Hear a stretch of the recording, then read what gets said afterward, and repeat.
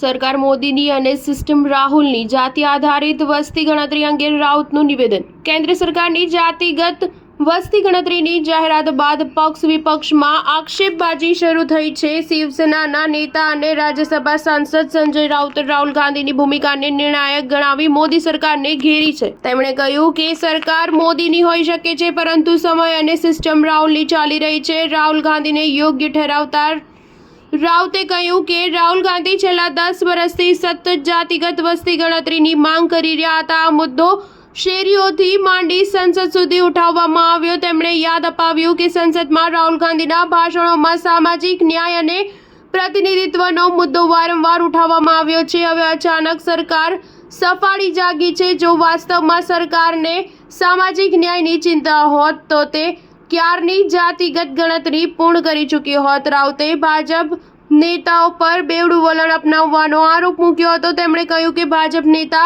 અનુરાગ ઠાકુરે સંસદમાં રાહુલ ગાંધી પર અપમાનજનક ટિપ્પણી કરી હતી. તે આ વાતનું પ્રમાણ છે કે ભાજપ જાતિગત ગણતરીનો વિરોધ કરી રહ્યું હતું. આ મુદ્દો વર્ષોથી ગુંજી રહ્યો છે. ત્યારે શું સરકાર કાનમાં રૂના પૂમડા ભરાવીને બેઠી હતી? આજે સરકારે વસ્તી ગણતરીનો જે નિર્ણય લીધો છે તે બહુજન, દલિત, ઓબીસી અને શોષિત વર્ગોની જીત છે, પરંતુ તેનો શ્રેય રાહુલ ગાંધીને આપવો જોઈએ. રાઉતે ભાજપ નેતાઓ પર બેવડું વલણ અપનાવવાનો આરોપ મૂક્યો હતો. તેમણે કહ્યું કે ભાજપ નેતા અનુરાગ ઠાકુરે સંસદમાં રાહુલ ગાંધી પર અપમાનજનક ટિપ્પણી કરી હતી. તે આ વાતનું પ્રમાણ છે કે ભાજપ જાતિગત ગણતરીનો વિરોધ કરી રહ્યું હતું. આ મુદ્દો વર્ષોથી ગુંજી રહ્યો હતો.